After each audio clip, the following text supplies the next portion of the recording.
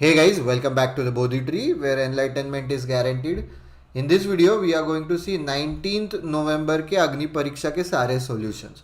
Alright, 19 नवंबर को जो अग्नि परीक्षा जो हमारी वीकली क्विज है वो हुई थी, उसके सारे सॉल्यूशंस देखने वाले हैं. सो this is for those people कि जिनको अग्नि परीक्षा नहीं पता है, जिनको पता है कि they can directly jump into solutions. तो Agni Pariksha is basically our weekly quiz, alright, which we conduct on every Sunday without fail. ठीक है, 2 to 3 PM के बीच में. ऑलराइट, मतलब हर संडे होती है कि नहीं, ये संडे फाइनल है, ये संडे कुछ त्योहार है, ये संडे कुछ और एक अलग से इवेंट है ग्लोबल. तो ऐसे कुछ भी नहीं है, हर संडे अग्नि परीक्षा होने वाली irrespective of whatever happens on that Sunday between 2 to 3 PM. Weekly quiz and monthly जो अग्नि परीक्षा की क्विज है that happens on every last Sunday of every month. ठीक है, हर एक मंथ के लास्ट संडे पे बिटवीन 3 to 4 PM वो होता है. So this is for 20 minutes. 20 minutes का slot between 2 to 3 PM any time you can give and this happens for 30 minutes. ठीक है, तो उसमें तुम्हें प्रैक्टिस करने तो मिलता है, अलग अलग मतलब हमारे वीडियो सॉल्यूशंस भी मिलते हैं, but apart from that you get to win cash prizes. Alright, let's jump into the first question. Agni Pariksha 19 नवंबर को जो थी उसका पहला क्वेश्चन देखते हैं. The upstream speed and downstream speed. ठीक है, टाइम स्पीड एंड डिस्टेंस का स्टैंडर्ड कंसेप्ट है. ये अगर मेरी रिवर है, नेचुरली रिवर जो ग्रेविटी के साथ फ्लो होने वाली, तो नीचे की तरफ फ्लो होने वाली. कोई भी रिवर तुम्हें ऐसे नहीं दिखेगी कि वो अप हिल जा रही. ठीक है, that is not how physics या ग्रेविटी वर्क्स. ठीक है, तो जाहिर सी बात है, अगर ऐसी बोट है जो नीचे फ्लो हो रही है तो रिवर के स्पीड के साथ प्लस बोट का जो स्पीड है वो भी ऐड होने वाला है. राइट, क्योंकि रिवर भी वही डायरेक्शन में फ्लो हो रही है. तुम नॉर्मल अगर अपनी गाड़ी चल रही है एंड लेट से कि 10 किलोमीटर 20 किलोमीटर पर आवर से कुछ विंड भी फ्लो हो रहा है वही डायरेक्शन में जिस डायरेक्शन में गाड़ी जा रही है, तो ऑब्वियसली वो विंड तुम्हें गाड़ी को पुश करने वाली. वही लॉजिक है यहाँ पे, बस नीचे की तरफ बिकॉज बोट जा रही है और रिवर भी नीचे की तरफ फ्लो हो रही है, तो इनके स्पीड ऐड होगी जब डाउन स्ट्रीम. ठीक है, डाउन स्ट्रीम मतलब नीचे की तरफ, अप स्ट्रीम मतलब अगेंस्ट द स्ट्रीम, ऊपर की तरफ जा रही है, तब उसका speed obviously boat is trying to go up but river is trying to push it down, तो वो स्पीड सबट्रैक्ट होगा. नॉर्मल कंसेप्ट है. तो let's say assume speed of boat in still water is b, river का speed is r. The upstream speed and downstream speed. तो upstream speed देखो कम है. ठीक है, कम है क्यों? क्योंकि बोट माइनस रिवर. ठीक है, दैट इज 20. और डाउनस्ट्रीम स्पीड देखो ज्यादा है, क्यों? क्योंकि उसमें बोट प्लस रिवर का स्पीड ऐड होता है. So this is 28. दोनों को अगर ऐड करूंगा तो 2b इज इक्वल टू 48. इससे मेरा सिर्फ बोट का स्पीड आएगा, that is in still water, kilometres per our.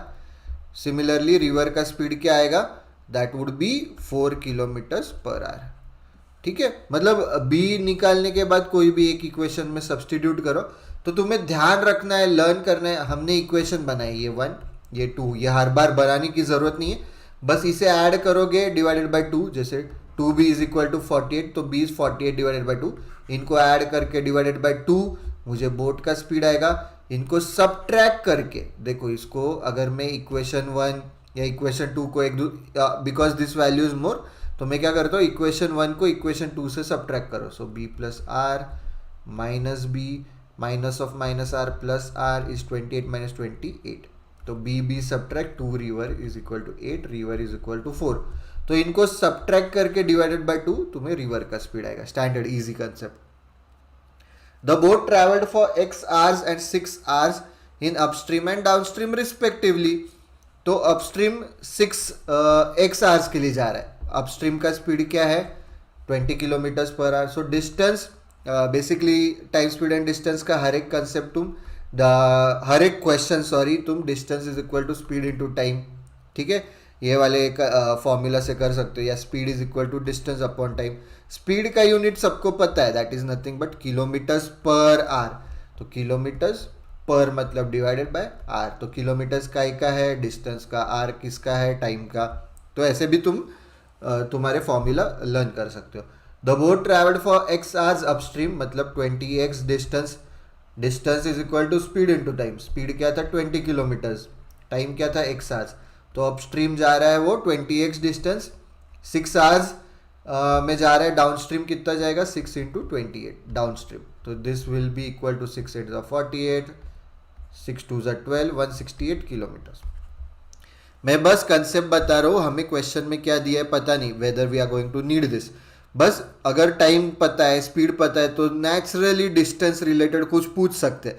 क्योंकि देखो डिस्टेंस, स्पीड, टाइम, तीन हमारे पास अगर वेरिएबल्स हो गए, उसमें से उन्होंने स्पीड बता दिया, टाइम बता दिया, तो बचता क्या, डिस्टेंस। ठीक है, तो वह उस हिसाब से ही फिर कैलकुलेट करना है। If the distance travel by boat, देखो in downstream is 88 kilometres more, downstream is 88 kilometres more, downstream 88 kilometres more than in upstream.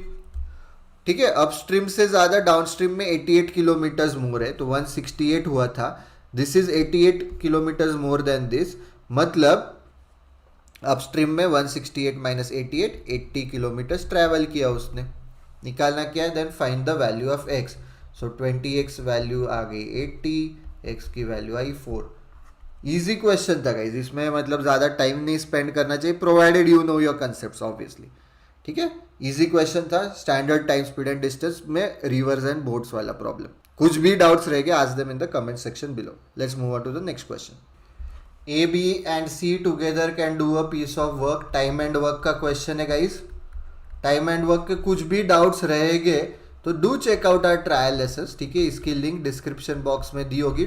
Time and work का पूरा चैप्टर हमने एक्सप्लेन किया है, तुम्हें इजीली पूरा समझ में आएगा, कुछ भी डाउट्स नहीं रहेंगे after you go through the trial lessons. तो ट्रायल लेसन्स में पूरा टाइम एंड वर्क का टॉपिक कवर्ड है। ठीक है, including our concept quizzes, including our practice test, सब कुछ वहाँ पे कवर्ड है। Alright, A B and C together can do a piece of work in 6 days। Alright, तो ए बी एंड सी अगर साथ में काम करते हैं तो 6 दिन उनको काम करने को लगता है। Ratio of efficiency of A B and C's, efficiency मतलब क्या, पर डे या पर आवर लो, पर अभी हमें डेज दिए है उन्होंने कि इतने दिन में काम करते, तो हम लोग डेज लेंगे। तो बेसिकली उन्होंने क्या बोला है, उन्होंने बोला है कि ए का पर डे अगर work 4x unit per day है efficiency, B 6x unit per day काम कर रहा है, and C 7x unit per day काम कर रहा है। ठीक है, this is what they are saying कि एफिशिएंसी का मतलब वो होता है, efficiency is nothing but rate of doing work. तो ए इतना काम पर डे कर रहा है, बी इतना काम कर रहा है, सी इतना कर रहा है। एंड अगर एक दिन में ये 4x 6x 7x कर रहा है, तो 4 + 6 10 17x टोटल काम पर डे हो रहा है, और इनको 6 दिन लगे काम करने को। तो उनको अगर हम लोग यूनिट्स निकालेंगे टोटल वर्क कितना है, तो this is the total amount of work they are doing, and this is the actual work. मतलब अगर हमें क्वेश्चन में अभी देखते कि कोई और पर्सन है, उसको कितना टाइम लगेगा इतना वर्क करने में, तो लेट्स से कि 10.2 days लगे, फॉर एग्जांपल मैं बोल रहा हूँ 10.2, ये नंबर देख के मैं बोल रहा हूँ। या हम लोग ऐसा नंबर लेते कि एक बंदा जो है वो उसको 51 days लग रहे, यही सेम काम करने के लिए डी को 51 days लग रहे, तो उसकी एफिशिएंसी निकालनी हमें। तो कैसे निकालेंगे, तो वो अकेला काम जब करता है उसको 51 days लग रहे हैं, टोटल वर्क हमारा 102x है, तो इसके लिए 51 days लग रहे हैं। तो एक दिन में कितना काम करेगा वो, 102x डिवाइडेड बाय 51। ठीक है, 51 2 जा 102 2x, तो उसका एफिशिएंसी क्या हो जाएगा, डी का 2x पर डे। ठीक है, आई होप कि क्लियर है। ठीक है, वही लॉजिक से अब अगर डी को 51 days लग रहे, अभी ए का एफिशिएंसी डबल है डी के, देखो 2 times है, तो अगर मेरा रेट ऑफ डूइंग डबल है कि मैं पर दिन ज़्यादा काम कर रहा हूँ, तो मुझे सेम काम करने के लिए इसको अगर 51 days लग रहे, तो ए को 102 दिन लगेंगे क्या। इज दिस लॉजिकल कि इसका रेट, ए का रेट डबल है, तो उसको डेज डबल लगेंगे या हाफ लगेंगे, हाफ लगेंगे। सो दिस इज इनवर्स प्रोपोर्शन, तो ये 51/2 days में कंप्लीट कर पाएगा पूरा वर्क। ठीक है, I hope that is clear. अभी क्या दिया है, if they are paid a total wage of 510 find the wage share. Very easy question guys, ये सब कुछ भी करने की जरूरत नहीं है, क्योंकि जो वेज होता है that is in proportion with their efficiency. ठीक है, अंडरस्टैंड, मतलब जिस प्रपोर्शन में उनकी एफिशिएंसी होती है उस प्रपोर्शन में ही मैं वेजेस बांटूंगा। क्यों? क्योंकि ऐसे नहीं है कि अरे ए ने 10 दिन काम किया है तो मैं उसको ज्यादा पैसे दूंगा, जबकि बी ने 5 ही दिन काम किया तो उसको कम दूंगा। नहीं, मैं देखूंगा कि दोनों ने कितना काम किया है। ऐसे हो सकता है कि बी की एफिशिएंसी ज्यादा है तो उसने 5 दिन में ज्यादा काम कर लिया, जबकि ए ने 10 दिन में कम काम कर लिया। ठीक है, तो मैं एफिशिएंसी देखूंगा। तो ए का 4 है, बी का 6 है, तो यही रेशियो में उनका मैं वेज भी डिवाइड करने वाला। तो 4 6 7 हमने देखा था 17 है, तो 17x is equal to 510, x is equal to 73 30। तो क्या पूछा है अभी, बी को कितना दूंगा मैं, 30 इंटू 6, दैट इज 180 रुपीज। ठीक है, इजी क्वेश्चन था। आई hope this is clear. Time and work का कुछ भी तुम्हें लगा ना, do check out the trial lessons, उसमें हर एक क्वेश्चन 4 अलग मेथड से सॉल्व कर रहे हैं, तो तुम्हें पूरा टॉपिक एकदम इजीली समझ में आएगा। ठीक है, because we teach everything from the level 0। Alright, let's move on to the next question. कुछ भी डाउट्स रहेगा ask them in the comment section below. Third question देखते हैं। In a container the ratio of milk to water is, milk water, milk कितना है 6x litre, ये कितना है x लीटर, 6:1 है ना। If 21 litres of mixture is taken out from the vessel, 21 जो लीटर मिक्सचर निकाला हूं वो भी तो यही रेशियो में है। ठीक है, तो मैं क्या करूंगा अभी, अगर 7x is equal to 21, 6x plus x, ठीक है, तो x इज इक्वल टू 3, तो मैं कितना मिल्क कितना निकालूंगा, 21 लीटर में से मिल्क होगा 3 इंटू 6 -18, और वाटर कितना होगा -3। आई होप कि ये स्टेप समझ में आई, इजी स्टेप है, ऐसे कुछ नहीं। तो मैंने बस वो 21 जो लीटर मिक्सचर निकाल रहा हूँ उसका रेशियो भी 6:1 है, तो मैंने अज्यूम किया कि 6x और x वापस से, या ये x लिया है तो ये y ले लो, कंफ्यूजन नहीं होना चाहिए, अलग है। तो 6y प्लस y मतलब टोटल मिक्सचर हो गया, और वो 21 लीटर्स है, तो 7y is equal to 21, y की वैल्यू आई 3, तो ये हो गया 3 इंटू 6 18। अभी क्या वो बोल रहे हैं, and 1 litre of water is added, 1 litre water वापस से ऐड कर रहे हैं, then the ratio of milk to water in the final mixture becomes this. Milk कितना हो जाएगा 6x माइनस 18, वाटर कितना हो जाएगा x minus 3 plus 1, x minus 2, and इसका रेशियो अभी नया दिया है मिल्क इज टू वाटर। ये अभी क्या निकालना है, find the initial quantity, x की वैल्यू निकालो, क्रॉस मल्टीप्लाई करो, 4 6x 24x minus 36 72, 21x minus 42, 3x is equal to 30, x is equal to 10। पूछा क्या है, find the initial quantity of milk, 10 into 6 60 litres. Alright, easy question है guys, mixtures and alligations का standard question है, easy question था, बिल्कुल भी मतलब कुछ भी नहीं है इसमें complication. Alright, let's move on to the next question. कुछ भी डाउट्स रह गए as usual ask them in the comment section below. Let's look at question 4 guys. The selling price of an article becomes rupees 1080 after giving two successive discounts of x% and 25%. ठीक है, and mark price of article is this. अच्छा, marked price ये है, marked price पे अपन discount देते हैं, तो marked price पे ये दो डिस्काउंट्स देने के बाद ये मेरा सेलिंग प्राइस हो रहा है। ठीक है, सिंपल। तो ये अंडरस्टैंड दिस कि अगर लेट्स से मेरा 100 रुपीज़ की कोई चीज़ है, उसमें मैं पहले 10% डिस्काउंट दे रहा हूँ, फिर 15% डिस्काउंट दे रहा हूँ। देखो कैलकुलेट करो, तो 10 देने के बाद 100 पे 10 रुपीज़ सब्ट्रैक्ट 90, फिर 90 पे 15% ऑफ दे रहा हूँ। ठीक है, तो कितना हो जाएगा, 15 9 135 माइनस 13.5 रुपये, तो वो हो जाएगा इसमें से 76.5 रुपीज़। ठीक है, ये हो जाएगा मेरा सेलिंग प्राइस जब मैं डिस्काउंट दे रहा हूँ। पहले 10% दिया, फिर 15% दिया। अभी तुम निकालो कि मैं पहले 15% दे रहा हूँ, फिर 10% दे रहा हूँ। 15 दे रहा हूँ तो क्या हो जाएगा मेरा, 100 का 15% हो जाएगा 85, फिर 85 का 10% 8.5 सब्ट्रैक्ट करो, इसमें 85 माइनस 8.5 इज 77 76.5। डिफरेंस है क्या, नहीं। तो हमारा successive discount does not matter. मैं क्या कर सकता हूँ कि 1800 पे डिस्काउंट दे रहा है ना, x% एंड 25% है, तो मैं पहले अज्यूम करूँगा कि इट इज़ 25%, तो मुझे कुछ वैल्यू निकलेगी ना। 25% percentage to fraction, fraction to percentage देखो। ठीक है, जो अपनी बोर्ड डिवीजन शीट है वो जो बार बार बोल रहे हो वो भी देखो, उसमें हमने दिया है सब कुछ। ठीक है, तो 25% इज नथिंग बट 1/4, तो इसका 1/4 बेसिकली मैं डिस्काउंट दे रहा हूँ, तो बचेगा कितना 3/4। तो 4 4 16, 450, 1350 रुपीज़ बचेंगे।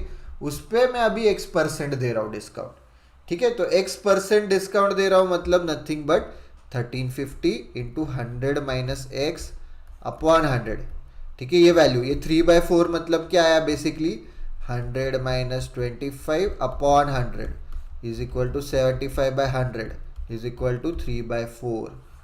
पर अभी हमें x की वैल्यू पता नहीं, तो बेयर बेसिक फॉर्म में मैंने लिखा, ठीक है। एंड इसकी वैल्यू हमें मिलती है 1080, सेलिंग प्राइस है ना वो, इतना डिस्काउंट देने के बाद 1080 आता है।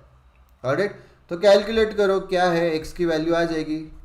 ऑलराइट, ये नेक्स्ट साइड पे जाके 10800 अपॉन 135 हो जाएगा is equal to 100 minus X, ठीक है। तो कैलकुलेट करते अभी ये 3 से हो रहा है, आई थिंक 9 से भी होगा, 9 1 जा 9 5 जा 18, 15 से भी हो रहा है, 15 8 जा ये एक्स की वैल्यू आ गई 20%। तो हमारा डिस्काउंट क्या है, पहले 20% दे रहे, फिर 25% दे रहे, या डज नॉट मैटर, तो उसका order does not matter. If there is a profit of 20%, अभी ये हमने निकाल लिया ना 20% on selling the, I hope कि बेसिक सेलिंग कॉस्ट प्राइस क्या होता है सब पता है, selling price minus cost price upon cost price into 100 is profit percentage basic, ठीक है। अभी प्रॉफिट परसेंटेज मेरा 20 आ गया, वो हमने निकाला। अभी सेलिंग प्राइस हमें पता है 1080 है, अभी निकालना फिर में भी कॉस्ट प्राइस रहेगा minus CP upon CP into 100, तो 100 यहाँ पे आ गया, ये 1/5 हो गया, ठीक है। CP/5 plus CP is 6 CP/5, ठीक है। तो 6 CP/5 की value is 1080, CP is equal to 1080 into 5 divided by 6। Numbers देखो सारे ऑप्शंस में होल नंबर्स है, तो ऑब्वियसली ये 6 से होने वाला है। 6 1 जा 6 8 जा 900 rupees is your cost price, ठीक है। इजी क्वेश्चन था, ऑब्वियसली स्टेप बाय स्टेप जाना है, स्टेप बाय स्टेप जाओगे तो हर एक क्वेश्चन इजी जाएगा। I hope this is clear. कुछ भी डाउट्स रहेगा ask them in the comment section below. Alright guys, and if you are like अभी तक जो अगर वीडियो में मजा आ रहे तो do press the do click on the like button, ठीक है। It motivates us basically, so do click on the like button, share करो, subscribe to the Bodhi Tree channel, also click on the bell icon, ठीक है। मतलब जब भी हम लोग वीडियोज डालेंगे तो तुम्हें नोटिफिकेशन आएगा, so don't forget to click on the bell icon as well. Alright, कुछ भी डाउट्स रहेंगे as usual ask them in the comment section below. Let's look at fifth question. Ages का दिख रहा है 6 years ago sum of ages of P and Q, तो P plus Q is 88 but this was 6 years ago, 6 साल पहले। तो present as क्या हो जाएगा P का अभी अगर मैं 6 साल पहले P ले रहा हूँ तो आज के ज़माने P प्लस 6 हो जाएगा गाइस, समझ रहे हो, क्योंकि दिस वॉज 6 years अगो। तो मैं वो सब नहीं करूँगा, मैं प्रेजेंट एज ही P लूँगा, Q लूँगा, ठीक है, क्योंकि कंफ्यूजन ना हो। तो प्रेजेंट एज इज P, तो 6 years ago would be P minus 6, Q का 6 years अगो सिर्फ P का थोड़ी कम हो जाएगा, इसका भी कम हो जाएगा, and this value they have given is 88 6 years ago. So P plus Q is equal to 100 हो जाएगा। सिंपल बेसिक, ठीक है, कि P plus Q present value is 100। If 18 years ago the age of P was equal to Q's age 6 years ago. All right, simple. अभी वो 18 years अगो किसका बोल रहे, P का बोल रहे, ठीक है। इफ 18 years अगो P का एज, तो P के इसमें से 18 सब्ट्रैक्ट करूंगा मैं, and that was equal to Q's age 6 years ago. अभी Q के लिए कितना इक्वल सब्ट्रैक्ट कर रहे, 6, सिंपल। तो एक इक्वेशन आ गई है और एक इक्वेशन आ जाएगी, P minus Q is equal to 12, simple. 2 equations, 2 unknowns को अपना स्टैंडर्ड लीनियर इक्वेशंस ऐड करो, 2P की वैल्यू आ जाएगी 112, P की वैल्यू आ जाएगी 2 5 10 56। पूछा क्या है, find the age of P 3 years hence मतलब आगे। तो देखो 56 आया है, P दिया है, डायरेक्टली मार्क मत करो, जानबूझ के वो ऑप्शंस में भी देंगे, ठीक है। तो सब कुछ तुमने एंड तक किया है, सिली मिस्टेक मत करो, ठीक है। P का 56 आया तो कोई भी इक्वेशन में डाल के Q का भी आ जाएगा, दैट वुड बी 44। पर निकालने बोला है 3 ईयर्स हेंस, 3 ईयर आगे पी का कितना हो जाएगा, तो ये नहीं होगा, that would be 59. I hope that is clear. Alright, let's move on to the next question. Let's look at question 6 to 9. Puzzle दिख रहा है, देखते हैं. 10 persons sit around a circular table. Okay, 10 लोग है गाइस. ओके, 9 क्वेश्चन, 4 क्वेश्चन है 6 to 9. ठीक है, ज़्यादा लेंदी नहीं है, अटेम्प्ट कर सकते. मैं एग्जाम के पॉइंट ऑफ व्यू से बोल रहा हूँ, क्योंकि 4 ही क्वेश्चन है, तो वो कितने क्वेश्चंस दिए, कितना लेंथ है, सब देखना ज़रूरी है. Alright, 10 persons sit around a circular table but not necessarily in the same order. तो 10 persons के लिए अभी सर्कल कैसे बनाएंगे. 8 का तो अपन डिवाइड करके ऐसे 8 हो जाता था, 10 का और एक ऐसे डाल देते. ठीक है, तो बराबर 10 persons हो गए. 5 of them face inside and rest of them, मतलब 5 फेस इनसाइड, 5 फेस आउटसाइड. अभी कौन है वो पता नहीं हमें. ठीक है, देखते, दिया रहेगा कुछ conditions. No two consecutive alphabetical named person sit adjacent to each other. Alright, तो ये एक हिंट दी है. बेसिकली इसका मतलब क्या, अभी MNO. ठीक है, अगर मैं एग्जांपल लूँ तो N यहाँ पे बैठा है सपोज सर्कल में, तो M यहाँ पे नहीं हो सकता, O यहाँ पे नहीं हो सकता, या O यहाँ पे नहीं हो सकता, M यहाँ पे नहीं हो सकता. बेसिकली जो ऑर्डर फॉलो होता है, N के पहले M आता है, N के बाद O आता है ना, तो वो दोनों N के एडजेसेंट नहीं आ सकते. That is what they are saying. Alright, not more than 2 neighbors face the same directions. Okay, not more than 2 neighbors face the same direction. Okay, तो ज़्यादा से ज़्यादा मतलब अगर लेट्स से, इसका मतलब क्या है. अच्छा है क्वेश्चन, मतलब स्ट्रेट फॉरवर्ड नहीं है. Not more than 2 persons face the same direction, मतलब लेट्स से अभी यहाँ पे N है, लेट्स से यहाँ पे X है, Y है, A है, B है. एग्जाम्पल ले रहा हूँ, पता नहीं कौन है. तो X एंड Y को अंदर मैंने दी है जगह कि दे आर फेसिंग इनसाइड. तो A या B दोनों में से दोनों को आउटसाइड फेस करना पड़ेगा. क्यों? क्योंकि वो बोल रहे हैं कि नॉट मोर देन 2, मतलब at max 2 neighbours face the same direction. Not more than 2 neighbours face the same direction. तो ये हो गया ना, फेसिंग द सेम डिरेक्शन. तो इसका फिर तीसरा, 1-2 नेबर हो गए, तो ये तीसरा नेबर हो जाएगा, वो भी सेम डिरेक्शन में नहीं फेस कर सकता, उसको ऑपोजिट फेस करना ही पड़ेगा. ठीक है, I hope that is clear. देखते, होपफुली इजी ट्रांजिशन होगा क्वेश्चन में, जैसे जैसे हमें हिंट्स या स्टेटमेंट्स मिलते हैं. ठीक है, ये ज़्यादा इंपॉर्टेंट है कि दोनों कॉन्जिक्यूटिव अल्फ़ाबेटिकल वाले नहीं होने चाहिए.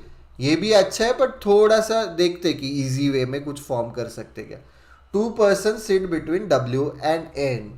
ठीक है, जो अफर्मेटिव स्टेटमेंट्स है वो मैं पहले कंसिडर करूंगा, फिर बाद में का बाद में, मतलब जो नेगेटिव है या जिससे कुछ समझ में नहीं आ रहा है, तो सबसे पहले मैं क्या बनाऊंगा. Let's say for example, without loss of any generality, 2 persons sit between W and N. ऐसे ले लेता हूँ मैं. ठीक है, ये डायरेक्शन में लो या ये डायरेक्शन में लो. ठीक है, देखते हैं अपन, क्योंकि कोई इनसाइड है कोई आउटसाइड है, अपन बाद में कंसिडर करते हैं. ठीक है, कि एग्जैक्टली कहाँ पे होना चाहिए, पर 2 persons रहेंगे, W एंड N के बीच में 2 persons रहेंगे. सेफ साइड के लिए और एक बना के रखते हैं, क्योंकि हमें क्या करना है कि कोई ना कोई कंडीशन आएगी कि जहाँ पे रिजेक्ट हो जाए. ठीक है, contradiction. 2 persons sit between W and N, ये मैंने यूज कर लिया. M sits third to the right of N. ठीक है, M जो है, अच्छा ये W, M sits third to the right of N. तो चलो ऐसे एक और एक बना लेते हैं. ठीक है, 1 2. क्यों? क्योंकि N का डायरेक्शन पता नहीं मुझे. अगर N ऐसा है, यहाँ पे N ऐसा लेते हैं. ठीक है, ध्यान दो. अच्छा है कि M सिट्स थर्ड क्यों दिए उन्होंने, ऐसी हिंट क्यों दिए. M sits third to the right of N. ये केस में राइट किधर होगा, क्योंकि मैं अंदर की तरफ फेस कर रहा हूँ, तो ये मेरा राइट होगा, ये मेरा राइट होगा. 1 2 3 M यहाँ पे आ जाएगा, विच इज़ परफेक्टली फाइन. ये केस में I am facing outside, right कहाँ पे होगा, ये राइट हो जाएगा, ये लेफ्ट हो जाएगा. तुम करके देखो प्रैक्टिकल्स, टेबल पे मुंह बाहर करके बैठो, समझ में आएगा. सिंपल है, मतलब इसमें कुछ ज़्यादा कॉम्प्लिकेशन नहीं. थर्ड टू द राइट कौन हो जाएगा, 1 2 3, तो W की जगह पे M आ जाएगा गाइस. तो ये पॉसिबल नहीं होगा, तो ये ही सही होगा. ठीक है, यही सही होगा. ये हम लोग कंसिडर नहीं कर सकते कि जहाँ पे N का डायरेक्शन आउटसाइड है. ठीक है, तो this can't be consider. N has to be facing inside. I hope that is clear कि ये समझ में आया है सबको। ठीक है, डाउट्स रह गए तो पूछो। Alright, m sits third to the right of n, immediate neighbor of m face opposite direction to each other। ये होल्ड पे रखो, कुछ भी पता नहीं। तो इसका मतलब क्या है कि जो इमीडिएट नेबर्स है ना m के, यहाँ पे और यहाँ पे, तो एक अंदर फेस कर रहा है, एक बाहर। अभी कौन कैसा है वो पता नहीं, तो वो होल्ड पे रखो, वो मैं यूज नहीं कर रहा हूँ। x and v sit immediate left to each other but not an immediate neighbor of n। तो x and v n के आजू बाजू नहीं चाहिए, but immediate left to each other है। तो लेफ्ट टू ईच अदर कैसे हो सकता है कि ये सर्कल है, यहाँ पे x है, यहाँ पे v। ठीक है, इमीडिएट लेफ्ट है तो v अंदर फेस कर रहा है तो बराबर उसके लेफ्ट में x आ गया, x बाहर फेस कर रहा है तो बराबर उसके लेफ्ट में v आ गया, या वाइस वर्सा ऐसे। तो x ऐसे अंदर की तरफ है, ये ऐसा होना चाहिए पर। ठीक है, I hope this is clear. Alright, इसलिए अच्छा क्वेश्चन नहीं है। बस मेक श्योर कि x and v should not B, मतलब x and v basically should be neighbours, but n के आजू बाजू नहीं हो सकते, तो यहाँ पे जगह नहीं है उनके लिए, यहाँ पे जगह नहीं है क्योंकि n के आजू बाजू आएगा। तो ये तीनों में x एंड v आना चाहिए। ठीक है, this is the place for x and v। ये तीन, एक, ये दो, ये तीन। आई hope that is clear. That is the only position for x and v। Hold पे रखो, मैंने अभी तक मार्क नहीं किया है अपने सर्कल में। O and P sit second to the right of each other. ठीक है, O and P sit second to the right of each other, एक दूसरे के राइट में। वापस से ऐसे ही लॉजिक लगाओ। ठीक है, कि ये सर्कल है, O यहाँ पे है, 1 सेकेंड टू द राइट ना, 2 छोड़ के नहीं, सेकेंड टू द राइट, यहाँ पे P है। अभी P बराबर O के राइट में हो गया, तो ये O ऐसा होना चाहिए, P ऐसा होना चाहिए, तो बराबर second to the right of each other आ गए। ठीक है, I hope this is clear. तो वापस से ये कैसे होने चाहिए कि ऐसे हमें अरेंजमेंट चाहिए कि O है, फिर एक स्पेस होनी चाहिए, फिर P है, या P है, एक स्पेस होनी चाहिए, O है। अभी कैसा है कि O यहाँ पे नहीं आ सकता, यहाँ पे नहीं आ सकता, क्योंकि N का immediate neighbour alphabetical order MNO, तो O यहाँ पे नहीं, यहाँ पे नहीं, O कांट बी हियर। ठीक है, ये तीनों की जगह अपन मार्क करते थोड़ा सा। दिस 3 में से 2 इज फॉर XV। ठीक है, बाकी एक can be for anyone else. ठीक है, O यहाँ पे नहीं हो सकता, तो मैं O की जगह, अभी तक कॉन्ट्राडिक्शन तक पहुंचे ही नहीं क्योंकि अभी तक फिट ही कर रहे हैं अपन। O यहाँ पे नहीं है, O यहाँ पे नहीं है, MNOP।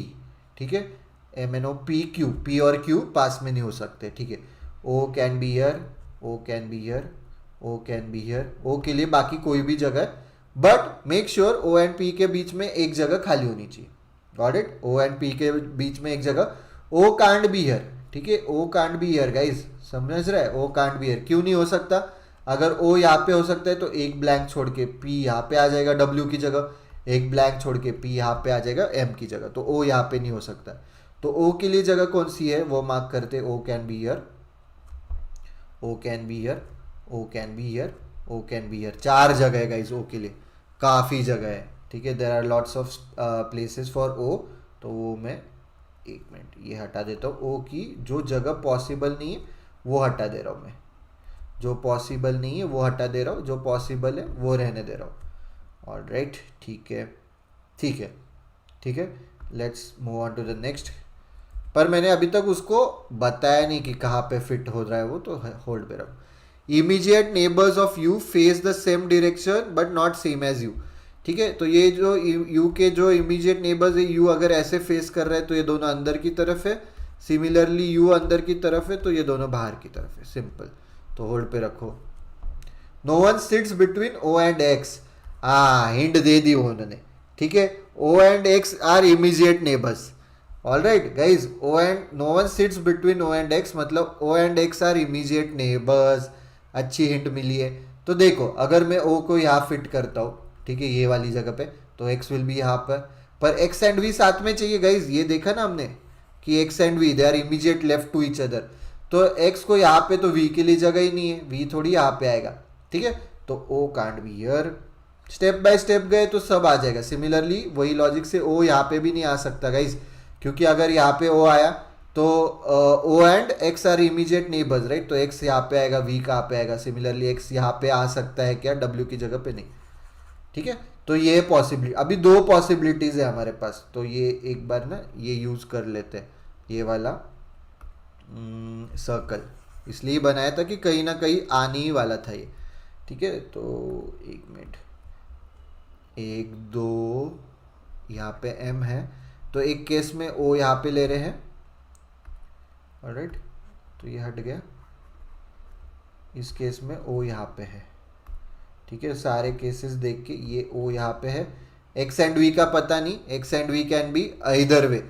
ठीक है, कि कौन किसके लेफ्ट में वो पता नहीं, बट ये श्योर है कि एक्स यहाँ पे है, वी यहाँ पे, या फिर वी यहाँ पे, एक्स यहाँ पे। सिमिलरली सॉरी गाइज, उन्होंने दिया है ना O and X are immediate neighbours, तो एक्स एंड वी की जगह भी फिक्स्ड है। सॉरी गाइज, वो उन्होंने दिया है, एक्स यहाँ पे है, वी यहाँ पे, सिमिलरली एक्स यहाँ पे, वी यहाँ पे, and both are immediate left to each other, X x.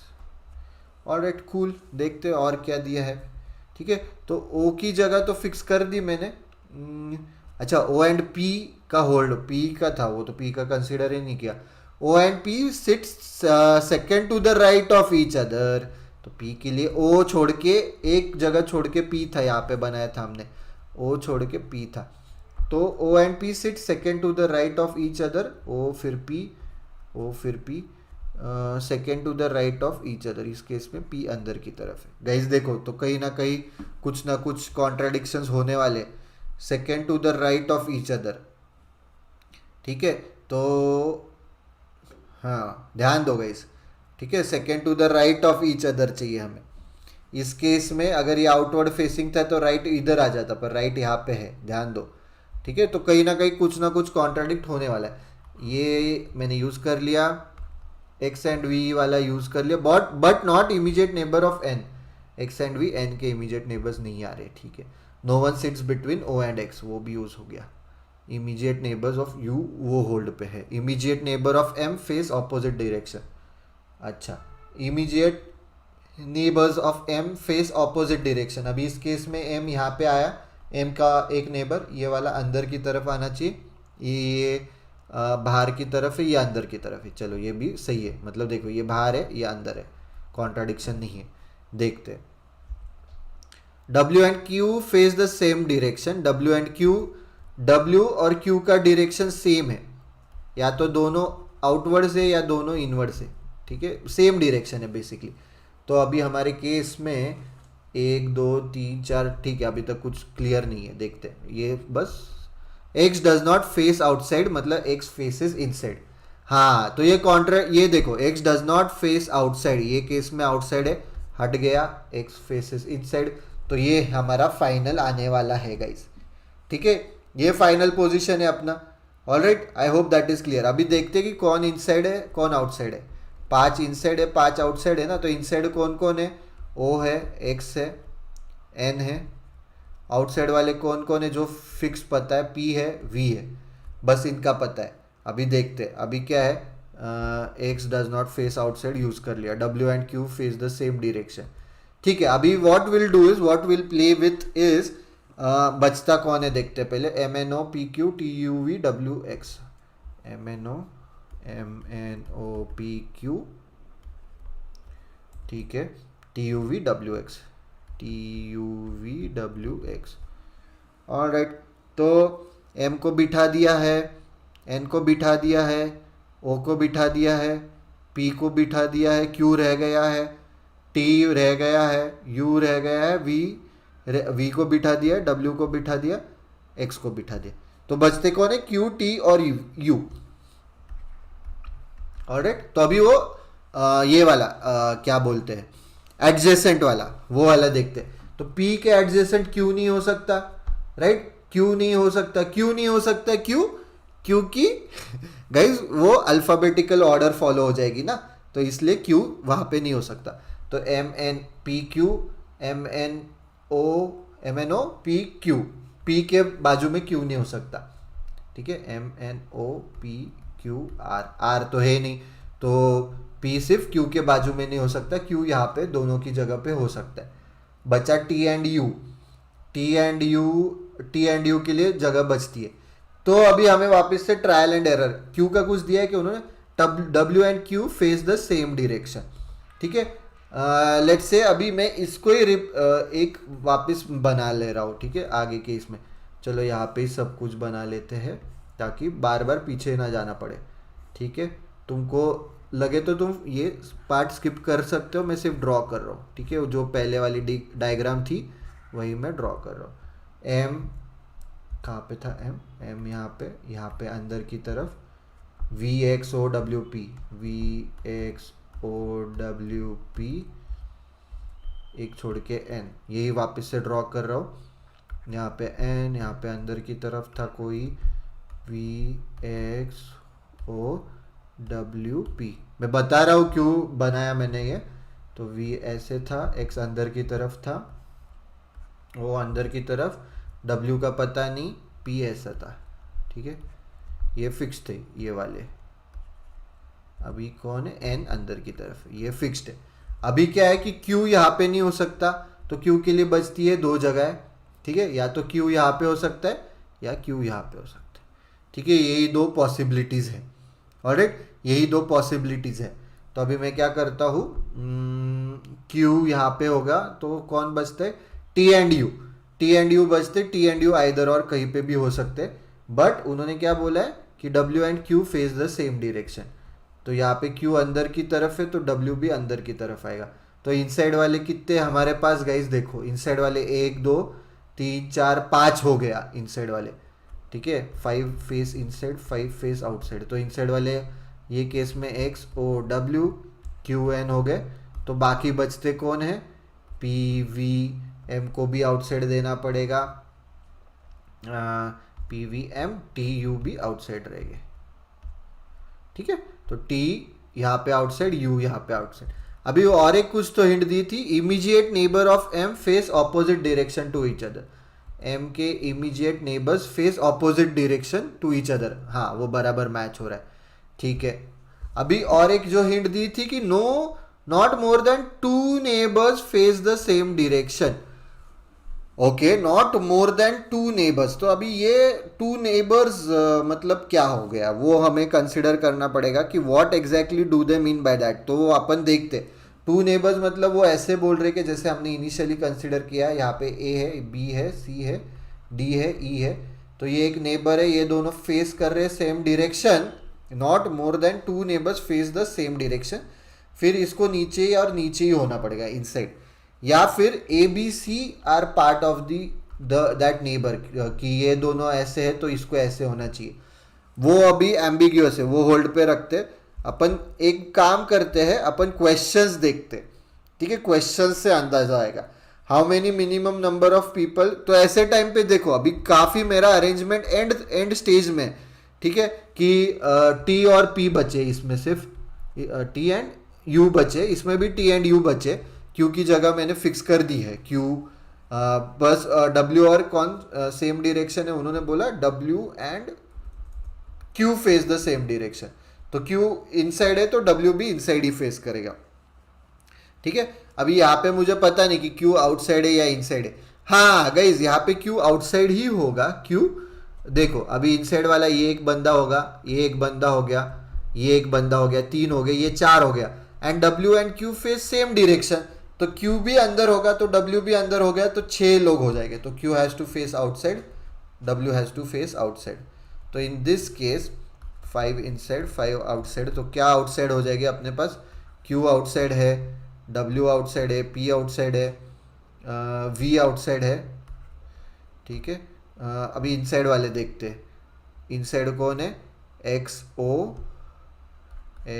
O inside है, who else is inside, N is inside, और यहाँ पे टी या यू आएगा वो भी इनसाइड है, ठीक है, टी या यू इनसाइड है। फिर टी यू एम और ये वाले बंदे, तो वो कैसे अरेंज करना है वो पेंडिंग रहता है, ठीक है, होल्ड पे रखो। अभी अपन देखते हैं कि क्वेश्चन से कुछ हिंट मिलती है क्या, ऐसे टाइम पे देखते जाओ कि क्वेश्चन से कुछ हिंट मिलती है क्या।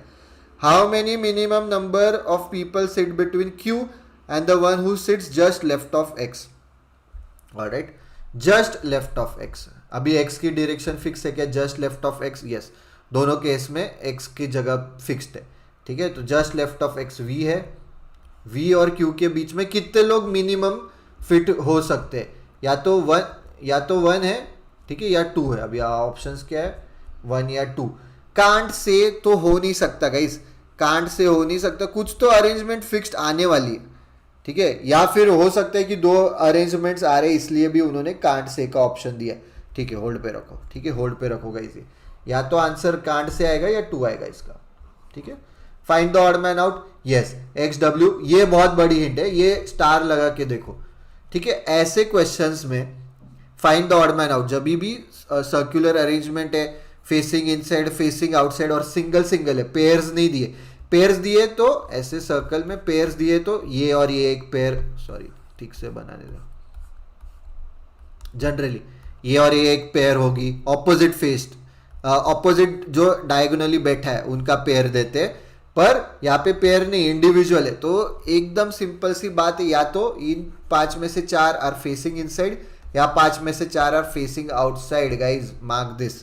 इसके अलावा कुछ नहीं आने वाला है पजल में। अभी ये अरेंजमेंट है हमारा, पर अरेंजमेंट या पजल में इसके अलावा कुछ भी नहीं आने वाला है ऑड मैन आउट। ऐसे ही देखो, डायगोनली देखो, ज़्यादा से ज़्यादा नेबर देंगे, पर यहाँ पे पेयर्स है ही नहीं, इंडिविजुअली दिया है। तो X W Q V M में से 4 लोग ऐसे जो फेस इनसाइड कर रहे हैं या आउटसाइड कर रहे हैं, अपने पास जाते हैं हम लोग, ठीक है। वो हिंट है बहुत इंपॉर्टेंट, उससे क्वेश्चन पूरा सॉल्व हो जाएगा हमारा। कभी कभी अगर तुम अटक गए हो तो ऐसे भी सॉल्व करते जाओ। X W Q V M, तो एक्स इनसाइड है, डब्ल्यू का पता नहीं, ये केस में इनसाइड है, ये केस में आउटसाइड है।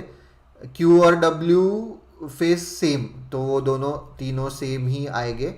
वी आउटसाइड है, एम, अच्छा एम का भी पता नहीं गाइस, तो वो एम्बिग्यूअस है वापस से कि एक्स मुझे पता है, ये केस में अगर ये केस अपन कंसीडर करते गाइस, चलो एक्स इनसाइड है, डब्ल्यू क्यू भी इनसाइड है, inside inside inside, we outside है, एम आउटसाइड है, ठीक है ठीक है, तो ये केस में वो फॉलो नहीं होगा गाइस, ठीक है। अभी हम लोग क्या करते हैं, let's move on to this case, X W Q V M. तो x is inside, w is outside, q is w outside है, तो q w और q की तो सेम ये है ना, तो हाँ ये q आउटसाइड है, sorry my bad. v outside है गाइस, m भी m, ठीक है ठीक है ठीक है गाइस। तो x w q v m, m outside हो सकता है इसमें, तो x आंसर आ जाएगा। m इनसाइड होगा तो फॉलो नहीं होगा, इस केस में भी वैसे ही हो गया। एम अगर इनसाइड, ये केस में देखो गाइस, हाँ तो ये हिंट हो सकती है गाइस, ऑलराइट। देखो ये वाले केस में एक्स का फिक्स था सिटिंग, डब्ल्यू एंड क्यू का पता नहीं था, वी का फिक्स था। ये केस में हमने एम का भी फिक्स किया था, ठीक है, एम का भी फिक्स किया था। अभी वो जो कंडीशंस दिए उसके बेसिस पे वो फिक्स हो रहा था एम का, ऑलराइट। अभी क्या है, ये केस में हमें एम का फिक्स नहीं करते आ रहे, बट एम का आउटसाइड ही होना पड़ेगा, क्योंकि ये तो आंसर नहीं हो रहा है लॉजिकली, अगर तुम समझ रहे, क्योंकि एम का मैंने पोजीशन फिक्स किया था, तो M has to be outside, ठीक है, M has to be outside. देखते हैं हम लोग लॉजिकली भी, मैं ट्राई करूंगा तुम्हें बताना, ठीक है। The number of person sitting between N and W, ये होल्ड पे, which of the following statement is true, both 1 and 3 only, अच्छा तो कोई ना कोई एक स्टेटमेंट 100% ट्रू है। Both V and T face same direction, हमारे केस में वी एंड टी हमें पता नहीं। O and T are not an immediate neighbour, O and T are not an immediate neighbour, guys देखो कोई भी केस में O and T immediate neighbours नहीं है, तो O and T are not immediate neighbours, ये 100% ट्रू है। तो ये गलत हो गया, ये गलत हो गया, ये गलत हो गया। अभी ये देखो, V sits third to the left of W, V sits third to the left of W possible है, इस केस में पॉसिबल नहीं। तो अगेन ये पता नहीं हमें, ठीक है, तो इसका आंसर ये होगा या ये होगा। तो सारे क्वेश्चन का हम लोग एक एक ही आंसर मार्क कर पा रहे, तो हमें ये वाली कंडीशन यूज करनी ही पड़ेगी गाइस। नो टू, ये not more than 2 neighbours face the same direction, not more than 2 neighbours face the same direction, alright. अभी अगर हम कंसिडर करते, मेरे नेबर्स अगर मैं देखता हूँ तो मेरे नेबर्स ये 2 है, तो अगर not more than 2 neighbours face the same direction, I think guys ये वाला लॉजिकल है ज़्यादा, कि मैं अगर हम तीनों नेबर्स है, basically A B C neighbours है, तो not more than two face the same direction मतलब तीनों सेम डायरेक्शन फेस नहीं कर सकते। ऑलराइट गाइज, उसका वो लॉजिक है। तो इसका मतलब एम आउटसाइड है, यहाँ पे इनसाइड है, ये एन इनसाइड है, तो ये बंदे को आउटसाइड होना पड़ेगा, वो वाला लॉजिक रहेगा। ठीक है, एम आई मेकिंग सेंस? हमें देखना पड़ेगा कि कॉन्ट्राडिक्शन कहाँ पे हो रहा है, कहीं ना कहीं कॉन्ट्राडिक्शन होगा कहीं ना कहीं। ऑलराइट, तो यहाँ पे Q अंदर है, W अंदर है, यहाँ पे T या P आएगा, उस नहीं TIU आएगा, यहाँ पे TIU आएगा। MNO S, अभी कौन से थे हमारे पास? QTU। अच्छा गाइस, तो Q के बाजू में MNOPQRST, नहीं RS दिया नहीं उन्होंने। ठीक है गाइज, अभी हमारे पास बस एक ही हिंट बचती कि जो हमने यूज नहीं किया, दैट इज ये वाली, कि immediate neighbours of U face the same direction but not same as U. ठीक है, तो अगर अभी यू को फिक्स करने की कोशिश करते हैं। ठीक है गाइज, यू को अगर मैं यहाँ पे लेता हूँ, ये यू यहाँ पे अगर आया ये वाली कंडीशन में, ठीक है, अगर मैं यू को यहाँ पे लेता हूँ लेट्स से, तो ये U immediate neighbours of U face the same direction but not same as U, तो यू बाहर चला जाएगा। ठीक है, ये केस में फिर यहाँ पे टी आएगा। ठीक है, similarly immediate neighbours of U face the same direction, तो देखो यहाँ पे यू नहीं आ सकता, क्यों? क्योंकि उसके नेबर्स एक अंदर की तरफ है, एक बाहर की तरफ है। देखो ये पी बाहर की तरफ है, तो अभी मैं क्या करूँगा, यू को यहाँ पे मार्क करूँगा, वो अंदर की तरफ है इसलिए एम बाहर की तरफ आएगा, क्योंकि Q and M should face the same direction, U के जो इमीडिएट नेबर्स है। फिर टी यहाँ पे आएगा। अभी देखते हैं हमारे केस में, ये वाले केस में कितने इनसाइड है कितने आउटसाइड है। तो इनसाइड है X O W Q N. ठीक है, आउटसाइड कौन है? आउटसाइड है एम यू वी पी, तो टी को भी आउटसाइड होना पड़ेगा। ठीक है, ये एक पॉसिबिलिटी है। सिमिलरली ये केस में देखते हैं कि इनसाइड वाले कौन है? इनसाइड वाले हैं यू एन ओ एक्स, तो टी को भी इनसाइड आना पड़ेगा, तभी बराबर हो जाएगा। आउटसाइड हो जाएंगे M Q P W V. ठीक है, अभी दोनों मैच हो रहे यहाँ तक, कहीं ना कुछ कॉन्ट्राडिक्शन है, जिससे आइदर ये कट हो जाएगा या ये कट हो जाएगा। ठीक है, अभी सारे स्टेटमेंट्स एक बार पढ़ते हैं। ठीक है, अच्छा क्वेश्चन है, इसका जरूर तुम आगे पीछे वीडियो करके देखो, this is a good question. ठीक है, देखते हैं कि कहाँ पे कॉन्ट्राडिक्शन हो रहा है। No two consecutive alphabetical name, अभी वो देखते, MNOPQ UVWX P, यहाँ पे T है, NTU नहीं हो रहा है। ठीक है, ये केस में भी नहीं हो रहा। ऑलराइट, ये केस में भी नहीं हो रहा। Alright, not more than two neighbours face the same direction. Same direction देखते हैं अभी हम, ये बाहर, ये अंदर, ऊपर अंदर बाहर, बाहर अंदर अंदर। हाँ गाइज, ये कॉन्ट्राडिक्शन हो सकता है। ठीक है, कि not more than two neighbours face the same direction ना, तो यहाँ पे तीन नेबर्स यही है, फिर इसका मतलब ध्यान दो। तो जब भी ऐसा क्वेश्चन आएगा तो अंडरस्टैंड, तो नेबर्स मतलब not more than two neighbours मतलब ये तीन नेबर्स हो गए कि जो अंदर देख रहे। ठीक है, three neighbours, 1 2 3, this three are neighbours to each other. ठीक है, तो ये पॉसिबल नहीं है, go with this should be your answer. इसमें क्योंकि कहीं पे भी देखो, ये दो अंदर है, ये दो बाहर है, फिर अंदर अंदर बाहर, अंदर बाहर बाहर।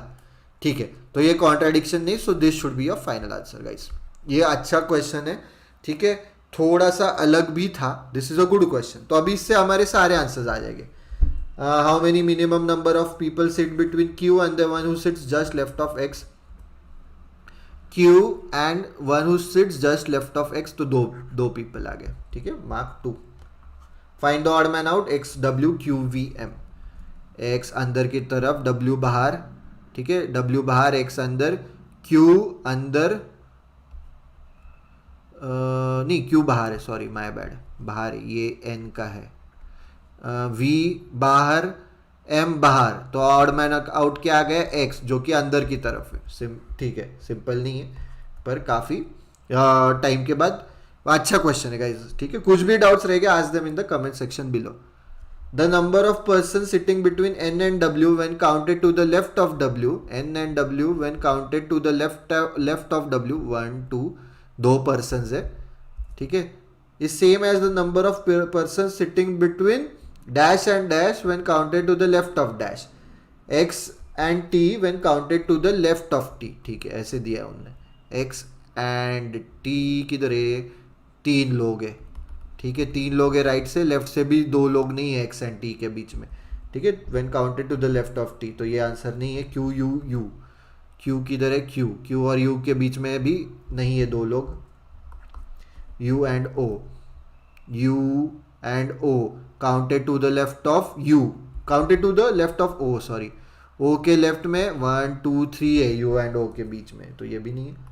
वी क्यू क्यू देखो अभी, when counted to the left of Q, V and Q, ठीक है, V एंड Q व्हेन का, अच्छा ये बाहर की तरफ है, ये Q क्या बाहर है गाइस, वो बहुत कंफ्यूज।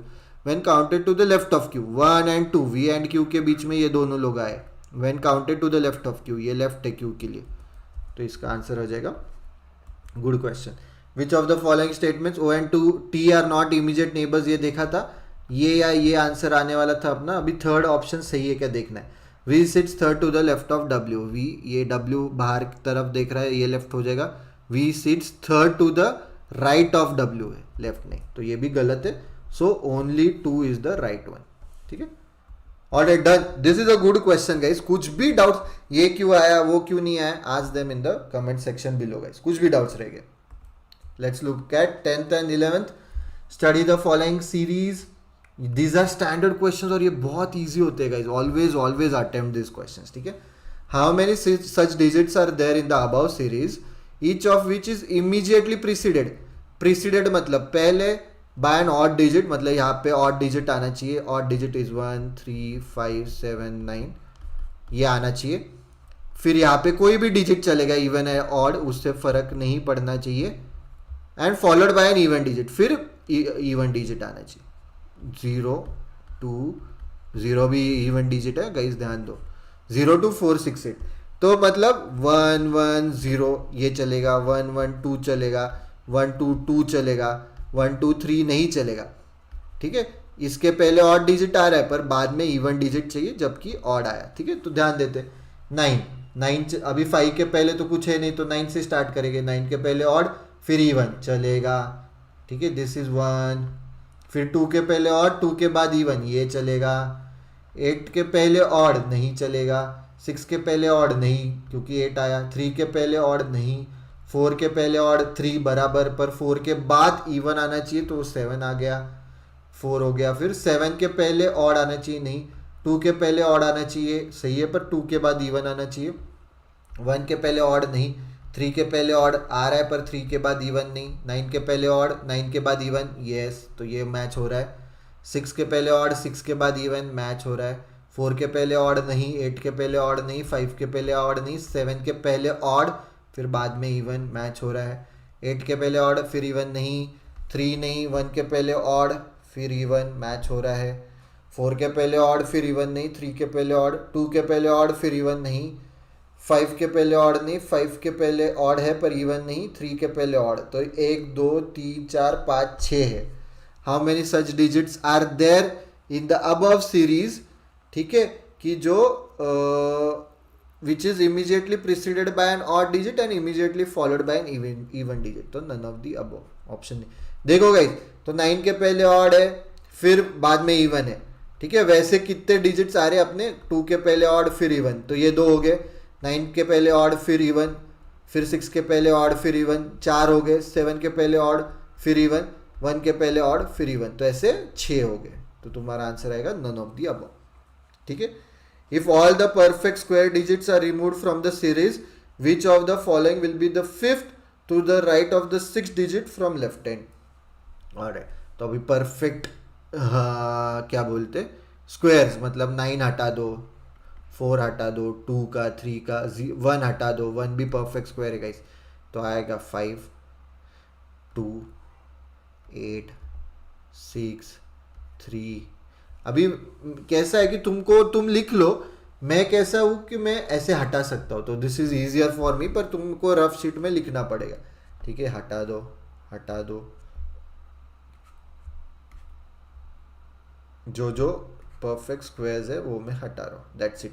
अभी क्या पूछा है, which of the following will be fifth to the right of 6 digit from left hand. 6, ये 1, फिर ये 2 3 4 5, 6 इज 7, और fifth to the right of 6 digit from left hand, तो इसके फिफ्थ टू द राइट मतलब 1 2, ये हट गया, 3 4 5, तो तुम्हारा आंसर आएगा 5।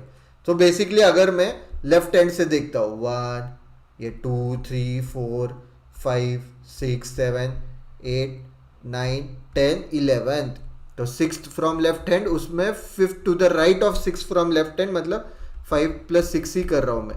ठीक है, क्यों? क्योंकि लेफ्ट हैंड से 6th मतलब यहाँ से काउंट करूँगा लेफ्ट हैंड से, उसमें फिर उसके राइट में कौन सा है, उसके राइट में वापस से यहाँ से काउंट करूँगा, तो डायरेक्टली मैं 11th फ्रॉम लेफ्ट हैंड भी काउंट कर सकता था। तो तुम्हारा आंसर आएगा 5। Alright, I hope that is clear. Easy question था ये। ठीक है, कुछ भी डाउट्स रह गए ask them in the comment section below. Alright, syllogism का दिख रहा है, only a few tea is coffee, only a few tea is coffee, only T is coffee. ठीक है, only a few tea is coffee, only T is coffee. I hope कि difference सब पता है तुम्हें, ओनली अ फ्यू। ठीक है, इसका मतलब क्या होता है कि some tea is coffee, some tea is not coffee, ये भी आना चाहिए। इसका मतलब क्या, सम ए आर बी, मतलब तुम हमारे सिलोजिज्म के भी ट्रायल लेसन्स देखो guys, complete trial lessons available है उसके भी। बेयरली इनफ कंडीशंस करके एक डायग्राम बनाते हैं हम लोग, तुम्हें अंदाज आएगा। ठीक है, तो वो पूरा अवेलेबल है ट्रायल लेसन्स, डिस्क्रिप्शन बॉक्स में लिंक रहेगी, do check out the trial lessons, तुम्हारा पूरा सिलोजिज्म क्लियर हो जाएगा। ठीक है, और सिलोजिज्म बहुत इंपॉर्टेंट है। Some tea is C, some A are B diagram कैसे बनाते हैं अपन, या तो ऐसे होता है, या ऐसे होता है, ए एंड बी सेम है, या ऐसे होता है बी बाहर है, या ऐसे होता है कि बी अंदर है ए बाहर है। बट ये केस में अभी some tea is C, some tea is not C, तो ये केस में ये चलेगा कि सम टी इज सी, कि ये वाला टी सी है, सम टी, ये वाला जो टी है वो सी नहीं है। ठीक है, सम टी इज सी, ये वाला चलेगा क्या, some tea is C, some tea is not C, इसमें सारे के सारे tea will be your coffee, तो ये नहीं चलेगा जो यहाँ पे चलता है। Similarly some tea is coffee, ये चलेगा क्या, यहाँ पे only a few tea is coffee, यहाँ पे ऑल टी आर कॉफी, ये भी नहीं चलेगा। ठीक है, सिमिलरली ये चलेगा क्या, some tea should be coffee, some tea should not be coffee, तो ये जो सर्कल, ये अंदर के सर्कल के बाहर वाले, ये टी कॉफी नहीं है, तो ये भी चलेगा। पर हम हमारे बेयरली इनफ कंडीशंस वाली डायग्राम के लिए मैं ऐसे ही बनाने वाला हूँ। ठीक है, टी कॉफी, आगे बनाता हूँ, टी कॉफी। अभी क्या दिया है उन्होंने, सम कॉफी इज ड्रिंक, वो हमारा नॉर्मल डायग्राम बनाएंगे, ये वाले कंडीशंस वाला, ये 4, सम ए आर बी वाला। Only D is cold, only drink is cold, only A is B क्या होता है कि all B are A, only A is B मतलब ओनली, ये डिटेल में देखा है गाइस, ट्रायल लेसन्स देख लो। ओनली ए इज बी मतलब ऑल बी आर ए, और बी का किसी के साथ भी इंटरएक्शन नहीं हो सकता, कोई भी सी डी वगैरह। ठीक है, तो ऐसे मैं डायग्राम बना सकता हूँ, ऐसे बना सकता हूँ, ऐसे बना सकता हूँ, ऐसे बना सकता हूँ, but when it intersects with B तो वो अलाउड नहीं है ये वाली कंडीशन में। ठीक है, तो क्या बोला है उन्होंने, ओनली ड्रिंक इज कोल्ड मतलब all cold should be drink, only drink is cold. ठीक है, ओनली ड्रिंक इज कोल्ड मतलब all drink, all cold should be drink, all cold should be drink, ये ऐसे होना चाहिए। ठीक है, ये कोल्ड है, सॉरी ये कॉफ़ी और ये कोल्ड, ये कॉफ़ी है। ठीक है, कोल्ड और कॉफ़ी या कोल्ड और टी किसी के साथ भी कोल्ड का इंटरेक्शन नहीं होना चाहिए। सम टी इज कोल्ड पॉसिबल ही नहीं है, जैसे मैंने बोला ये कंडीशन में कोल्ड का किसके साथ इंटरेक्शन नहीं हो सकता। Some coffee can be cold, तो वही वाला कंसेप्ट तुम्हारा चेक कर रहे थे, तो ये दोनों गलत है। If neither one nor two follows, ठीक है, दोनों पॉसिबल नहीं है, कोल्ड के साथ किसका भी इंटरेक्शन नहीं होना चाहिए। I think that was the like concept that we were trying to test. ठीक है, तो I hope this is clear कैसे आया. कुछ भी डाउट्स रहेंगे ask them in the comment section. And trial lessons में पूरा ये डिटेल डिस्कस किया है. This is question number 30. In the following question, a paragraph is given with a blank space. Choose the appropriate word from the given options to make the paragraph contextually correct. So basically यहाँ पे fill in the blank का question है. Her dash nature was evident in every social interaction. ठीक है, इससे हमें समझता नहीं हम कौन से नेचर की बात कर रहे हैं. ठीक है, यहाँ पे एडजेक्टिव आएगा क्योंकि नेचर यहाँ पे नाउन है. सो नेचर को जो मॉडिफाई करेगा वो आएगा. सो होस्टाइल भी आ सकता है, reticent, talkative, loquacious, belligerent, now सब एडजेक्टिव्स हैं. सो हमें देखना है इसमें से कौन सा सही वर्ड है. Rather than dominating conversations, she listened attentively, choosing her words carefully when she did speak. Her quiet demeanor masked a depth of understanding that surfaced selectively, making her moments of contribution all the more impactful. So इससे समझता था वो ज़्यादा बातें नहीं करती थी और ज़्यादा मुंह खोलती नहीं थी. जब भी वो मुंह खोलती थी या जब भी वो बातें करती थी तो वो सॉलिड पॉइंट सामने रखती थी. ठीक है, making her moments of contribution all the more impactful. So hostile नहीं आएगा. होस्टाइल का सिनोनिम, होस्टाइल का मीनिंग क्या होता है? समवन शोइंग अनफ्रेंडलीनेस और ऑपोजिशन. ठीक है. रेटिसेंट, रेटिसेंट आ सकता है. रेटिसेंट का मीनिंग होता है incline to keep one's thoughts, feelings और पर्सनल अफेयर्स प्राइवेट. सो इससे हमें समझता है कि जो पर्सन है वो ज्यादा बातें नहीं करता, वो शांत रहना प्रिफर करता है. टॉकेटिव जो हम मीनिंग देख रहे हैं उसका एग्जैक्टली ऑपोजिट टॉकेटिव है. लोकेशियस और टॉकेटिव सिनोनिम्स है एक दूसरे के. ठीक है, लोकेशियस का मीनिंग है टॉकेटिव. बेलिजरेंट मतलब, बेलिजरेंट और होस्टाइल एक दूसरे के सिनोनिम्स हैं. बेलिजरेंट मतलब डिस्प्लेइंग अ होस्टाइल और एग्रेसिव एटीट्यूड. सो यहाँ पे हमारे पास बेस्ट ऑप्शन है ऑप्शन बी, रेटिसेंट. रेटिसेंट का मीनिंग क्या है? Incline to keep one's thoughts, feelings और पर्सनल अफेयर्स प्राइवेट. सो इसका सिनोनिम हो सकता है रिजर्व्ड. काफी हद तक इसका सिनोनिम इंट्रोवर्टेड भी हो सकता है. ठीक है, ये है. एंटोनिम्स में आएगा लोकेशियस, टॉकेटिव, आउटस्पोकन, ये सब उसके एंटोनिम्स आएंगे. नेक्स्ट क्वेश्चन देखते हैं. ओके, नेक्स्ट डायरेक्शन सेम है. सो फिल इन द ब्लैंक दिया है, उससे हमें वर्ड देखना है. The new restaurant's tantalizing aroma wafted down the street, a strategy to allure hungry diners with the promise of flavorful delights. Its inviting ambience and innovative menu were crafted to dash patrons, luring them into an evening of culinary exploration.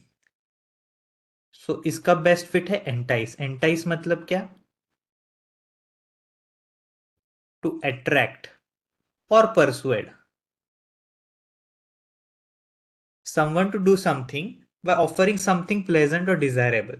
So इसमें क्या कर रहे हैं हम? Tasty खाना परोस रहे हैं जिससे जो हमारे क्लाइंट्स है वो ज्यादा रेस्टोरेंट में आएंगे. So we are trying to attract और परसुएड. सो इसका इंटाइज का मीनिंग ये है टू अट्रैक्ट और परसुएड समवन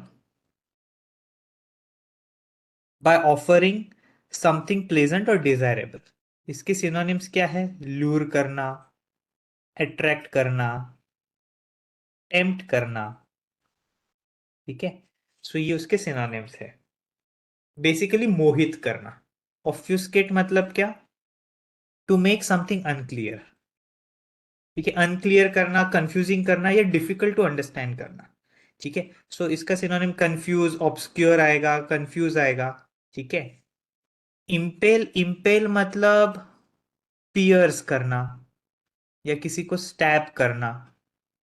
ठीक है, कुछ पंक्चर करना. तो जनरली ना ये ऑब्जेक्ट्स की इसमें यूज करता है. He use the knife to impel his victim. ठीक है, the serial killer use knife to impel his victims.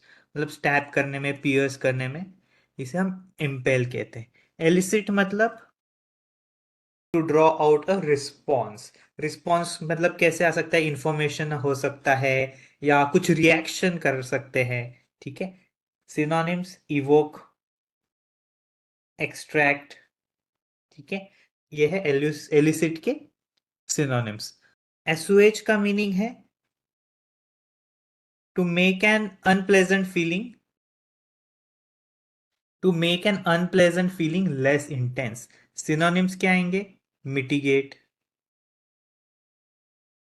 Mitigate आएगा, फिर alleviate आएगा, alleviate, alleviate, soothe, relieve. ठीक है, हमने कोई तो अग्नि में ये एक्सासर्बेट देखा था, EXACERBATE, सो ये एक्सासर्बेट SOH का एंटोनिम है. नेक्स्ट क्वेश्चन देखते हैं. ओके, नेक्स्ट क्वेश्चन भी सेम लाइंस पे है, बस हमें वर्ड की जगह यहाँ पे इडियम ढूंढना है. कौन सा इडियम आएगा? Landing the internship at the prestigious law firm wasn't just about submitting a resume. It felt like I was constantly dash. ठीक है, देखते हैं क्या. From the rigorous application process to the series of interviews with partners, each stage seemed more demanding than the last. Research projects, case simulations, and even a mock trial were part of the tasks I had to navigate. It was an exhausting yet exhilarating experience, and finally, receiving that acceptance email made every task I completed entirely worth it. Breaking the ice नहीं, finding skeletons in the closet नहीं, barking up the wrong tree नहीं, jumping through hoops आ सकता है, burning the midnight oil. ठीक है, देखते हैं meaning. Now breaking the ice का मीनिंग है to initiate. So to initiate और स्टार्ट अ कन्वर्सेशन, उसे कहेंगे breaking the ice. Finding skeletons in the closet मतलब to discover embarrassing secrets. Barking up the wrong tree, to pursue a mistaken course of action or wrong course of action. मतलब कुछ करना कुछ और था, उसके लिए कुछ स्टेप्स अलग लेने थे, पर हम कुछ और कर बैठे. जाना था जापान, पहुंच गए चीन. जंपिंग थ्रू हुप्स मतलब going through a lot of effort, difficulty or obstacles to accomplish something. और burning the midnight oil मतलब to work late into the night or put extra effort and time. सो हमें इससे समझता है, देखो आपको दो इसमें कंफ्यूजन हो सकता है. ठीक है, जंपिंग थ्रू हुप्स और burning the midnight oil. Burning the midnight oil मतलब आप रात तक काम कर रहे हो या आप कुछ एक्स्ट्रा एफर्ट और टाइम डाल रहे हो. सो यहाँ पे क्या कहा है? From the rigorous application process to the series of interviews with partners, each stage seem more demanding. Research projects थे, केस सिमुलेशंस थे, even a mock trial were part of the task I had to navigate.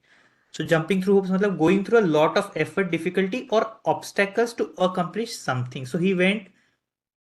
So the speaker went through multiple obstacles, multiple tasks to accomplish something. So इसके वजह से D is the correct answer. Next देखते हैं. Next same है, idiom आपको ढूंढना है. Despite receiving extensive training and support, the new employee openly criticized the company's methods during a crucial meeting with clients. देखो, despite receiving extensive training and support, the new employee openly criticise the company's methods, वो भी during a crucial meeting with clients. Her action surprised everyone including him mentors who had invested time in her growth. It was a classic case of dash. Hitting the nail on the head, नहीं.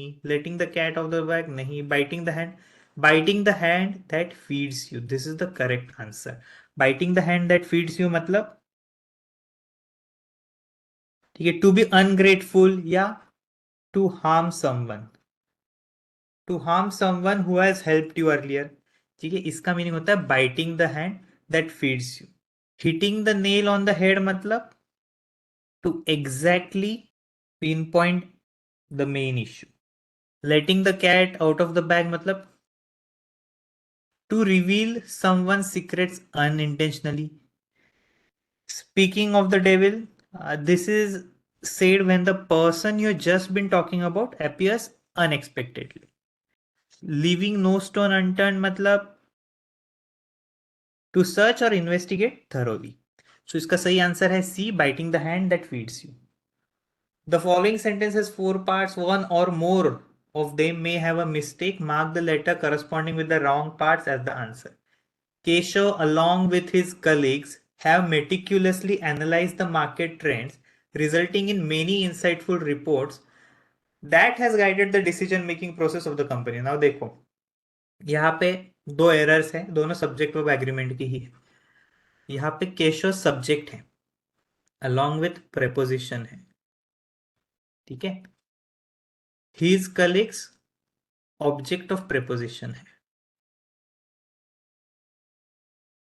So subject क्या है? केशव है. Verb क्या है? Have है. Have क्या है? Plural है. पर सब्जेक्ट क्या है? सिंगुलर सब्जेक्ट है. सो वर्ब क्या होना चाहिए? Verb should be according to subject, ना कि ऑब्जेक्ट ऑफ प्रेपोजिशन. ऐसे क्वेश्चंस आते हैं, ठीक है. सो आपको समझना चाहिए ये प्रेपोजिशन है और ये ऑब्जेक्ट ऑफ प्रेपोजिशन है. और हमेशा जो वर्ब होता है, वर्ब एग्रीज विद सब्जेक्ट, इसीलिए हम सब्जेक्ट वर्ब एग्रीमेंट कहते हैं. Verb should always agree with the subject. Subject क्या है? केशव है, सिंगुलर है. सो यहाँ पे हैव नहीं आएगा, यहाँ पे हैज आएगा. Keshav along with his colleagues has meticulously analyzed the market trends, resulting in many insightful reports that has guided the decision making process of the company. ये एक क्लॉज है, ठीक है. Many insightful reports has guided. Now ये क्या है? That क्या है? That is a relative pronoun. Relative pronoun है जो रिलेट कर रहा है इंसाइटफुल रिपोर्ट्स को. Many insightful reports. अगर मैं दैट को उसके एंटीसीडेंट, एंटीसीडेंट मतलब जिसको रिफर कर रहा है, दैट किसे रिफर कर रहा है? Many insightful reports. अगर मैं वैसे सेंटेंस बनाता हूं, many insightful reports has guided the decision making, has guided the decision making process. Now ये सेंटेंस में क्या गलत है? सब्जेक्ट वर्ब एग्रीमेंट गलत है. हम हैज किसके लिए यूज कर रहे हैं? मेनी रिपोर्ट्स के लिए यूज कर रहे हैं. सो गलत है, क्योंकि रिपोर्ट्स क्या है? सब्जेक्ट क्या है आपका? प्लूरल है. सो वर्ब क्या होना चाहिए? वर्ब भी प्लूरल होना चाहिए, ठीक है. ये आपको कंफ्यूजिंग लगेगा रिलेटिव प्रोनाउन की वजह से. आपको देखना है रिलेटिव प्रोनाउन के बाद अगर वर्ब आ रहा है, ठीक है, दैट, विच, हु. सो ये सब हु, हुज, हुम रिलेटिव प्रोनाउंस है. सो आपको देखना है ये जो रिलेटिव प्रोनाउन है वो किससे रिलेट कर रहा है. वो रिलेट कर रहा है मेनी इंसाइटफुल रिपोर्ट्स को. रिपोर्ट्स क्या है? प्लूरल है. सो वर्ब किसके साथ एग्री करना चाहिए? सब्जेक्ट के साथ एग्री करना चाहिए. सो यहाँ पे भी है, यहाँ पे हैव आएगा. सो हैज निकाल के हैव आएगा. और ये जो हैव है it will agree with Keshav जो कि सिंगुलर सब्जेक्ट है. एरर ए और सी में है. D is the correct answer. 18 देखते हैं. The risk associated with the investment was नहीं, वर आएगा. हम किसकी बात कर रहे हैं? रिस्क की बात कर रहे हैं, ठीक है. ना कि हमारा इन्वेस्टमेंट यहाँ पे इज नॉट द सब्जेक्ट. हमारा सब्जेक्ट क्या है? Risk. Associated with the investment was deemed much too significant by the financial analysts promoting a thorough risk mitigation strategy. Error is only in A. काफी students mark करेंगे. यहाँ पे भी error है. Much to तो कभी सुना नहीं, ठीक है. मच टू कभी सुना नहीं, मैंने तो सिर्फ टू मच सुना है. पर इतना ध्यान में रखो, ठीक है. मैं अभी ऊपर ऊपर से बता रहा हूँ. इनडेप्थ वीडियो चाहिए तो आप कमेंट करो कि मच टू और टू मच का डिफरेंस बताओ, कि कैसे लॉजिकली मैं इसको टैकल कर सकता हूँ, कि मुझे इसको रट्टा मारने की जरूरत नहीं. पर अभी मैं ऊपर ऊपर से बता रहा हूँ. मच टू जब आता है वो मॉडिफाई करता है एडजेक्टिव्स को, और टू मच जब आता है वो मॉडिफाई करता है नाउन्स को. सो मच टू के बाद क्या है? सिग्निफिकेंट है. सिग्निफिकेंट क्या है? एडजेक्टिव है. मतलब ये सही है, ठीक है. मैं टू मच सिग्निफिकेंट नहीं यूज कर सकता, क्योंकि सिग्निफिकेंट क्या है? एडजेक्टिव है. मच टू स्मार्ट कहूंगा, ठीक है. स्मार्ट क्या है? एडजेक्टिव है. टू मच स्मार्ट नहीं कहूंगा, गलत हो जाएगा, ठीक है. मच टू स्मार्ट क्योंकि एडजेक्टिव है. जब भी मच टू आएगा तो आप देखो, मच टू एडजेक्टिव को मॉडिफाई करता है. और टू मच जो है, टू मच क्या है? टू मेनी जैसा. I have too many friends. I have too much money. I have too much wealth. सो डिफरेंस समझ रहे हो, too many friends countable noun है, ठीक है, इसलिए मेनी जो है हम काउंटेबल नाउन्स के लिए यूज करते हैं। मच क्या है, मच मॉडिफाई करता है अनकाउंटेबल नाउन्स को, सो मेनी की तरह ही एक्ट करता है, बस अनकाउंटेबल नाउन्स को मॉडिफाई करता है। आप गिन सकते हो मेरे पास एक मनी है, दो मनी है, मेरे पास चार वेल्थ है, मेरे पास पांच वेल्थ है, नहीं। सो ये डिफरेंस है। पर आपको और लॉजिकली अगर चाहिए कि मच टू का फंक्शन क्या है, टू मच का फंक्शन क्या है, कि आपको रट्टा मारने की जरूरत नहीं है पड़े। कभी कभी ऐसे हो सकता है आप कंफ्यूज हो जाओगे, अरे मच टू के बाद क्या आता था एग्जाम में, आपको ध्यान में नहीं रहेगा, एडजेक्टिव आता था कि नाउन आता था। तो आप ध्यान में रखो कि टू मच के बाद नाउन्स आता है, जैसे टू मेनी के बाद भी नाउन्स आता है। मच टू के बाद एडजेक्टिव और टू मच के बाद नाउन। सो यहाँ पे मच टू के बाद क्या यूज किया, एडजेक्टिव ही यूज किया है, सो वो सही है।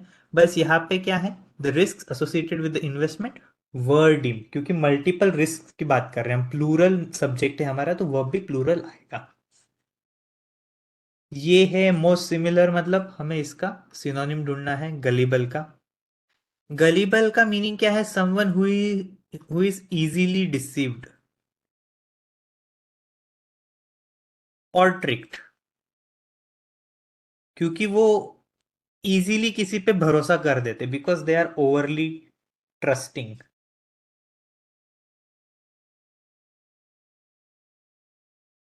गलीबल मतलब क्या, one who can easily be deceived और ट्रिक्ड बिकॉज ही और she is overly trusting. Tractable का मीनिंग क्या है, समवन और something that is easily managed और कंट्रोल्ड, उसे हम ट्रैक्टेबल कहते हैं। ग्लिब मतलब क्या, समवन हु इज स्लिक और स्मूथ टंग,